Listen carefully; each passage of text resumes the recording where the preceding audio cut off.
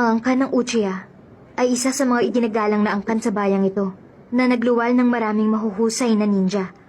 Ang itinuturing na pinakamabisa nilang panlaban ay Sharingan.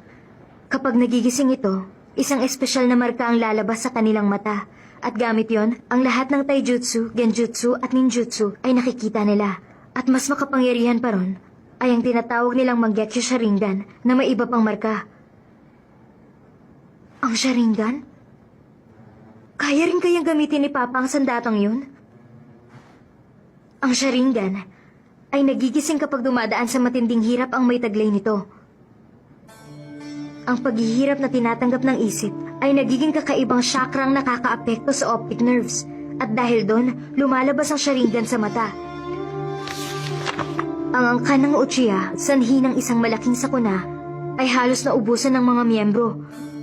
Ang mga tanging natitira sa angkang ito na siyang nagpapatuloy sa kanilang lahi ay si Uchiha Sasuke at ang kanyang anak na babae.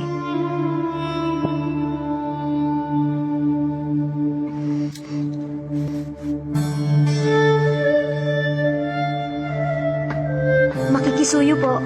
Gusto ko rin pong makita ang data niyo tungkol kay Uchiha Sasuke. O sige, teka lang ha, sandali lang. Ha? Ang lahat ng data namin tungkol kay Uchiha Sasuke, ipinagbabawal palang tignan ng walang paalam. Ipinagbabawal?